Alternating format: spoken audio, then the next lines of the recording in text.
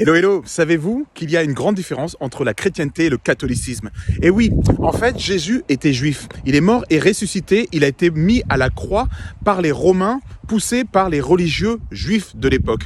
Donc quand il est mort et ressuscité, beaucoup de disciples ont voulu imiter Jésus et le suivre. C'est ce qui était demandé. Et ils ont été appelés des petits Christ, c'est-à-dire chrétiens. Chrétien, ça veut dire petit Christ. Et puis, il y a une prolifération énorme, notamment lors des persécutions, parce que les chrétiens étaient jetés au feu, jetés au cirque, mais quand les gens voyaient que même pendant qu'ils se faisaient dévorer par des lions, ils chantaient des louanges, même les enfants, ils se sont dit « Waouh, leur Dieu doit être vrai », ils ont commencé à avoir la crainte de Dieu et ils ont commencé à proliférer sérieusement.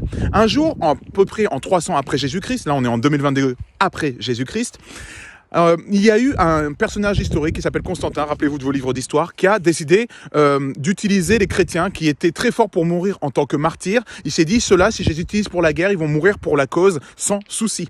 Donc, il a demandé aux chrétiens, il a dit, si vous me suivez, que vous m'aidez à faire la guerre, d'ailleurs, il avait eu un songe de Dieu où il se voyait vainqueur d'une grande guerre et il y avait une croix qui flottait sur un drapeau. Il a dit aux chrétiens, je rends légale votre religion qui est interdite et persécutée aujourd'hui dans tout le monde et je vous protégerai. Les chrétiens ont accepté, il a gagné la guerre et qu'est-ce qui s'est passé derrière?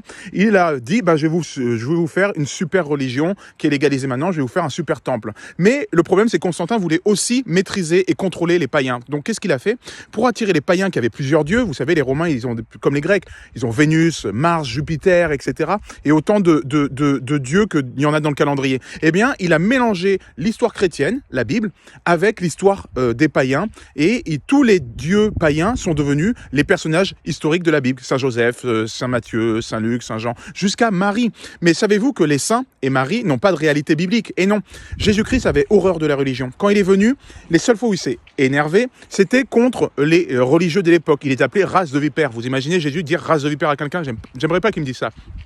Donc, il disait ça aux religieux qui ne voulaient pas accepter que Jésus était venu pour les pauvres, les prostituées, les perdus, ceux qui avaient besoin de lui tout simplement, et pas des gens religieux, des érudits, de ceux qui se mettaient au-dessus des autres. Non, Jésus est universel et il veut une relation personnelle avec toi, avec moi et avec chacun de nous. Donc, si on commence à vouloir rencontrer Jésus, il n'y a qu'une seule façon. C'est pas dans les églises, c'est pas dans la religion, c'est dans la Bible. Vous lisez la Bible, vous aurez une relation personnelle avec lui. Et vous éviterez tous les pièges de la religion qui a été créé par l'homme en 300 après Jésus-Christ notamment, et qui vont vous écarter en fait de Dieu. Non, Dieu n'est pas le Dieu des musulmans, le Dieu des catholiques, non, il n'y a qu'un seul Dieu, et c'est Jésus qui est venu sur terre, qui a représenté Dieu. On dit que c'est Dieu le Père, mais en fait c'est Dieu incarné dans un homme. D'accord? Donc, si vous voulez suivre Jésus, lisez la Bible et oubliez toutes ces histoires de saint ou saint nana, parce que ça va juste être un piège qui va vous dériver. Allez, à plus!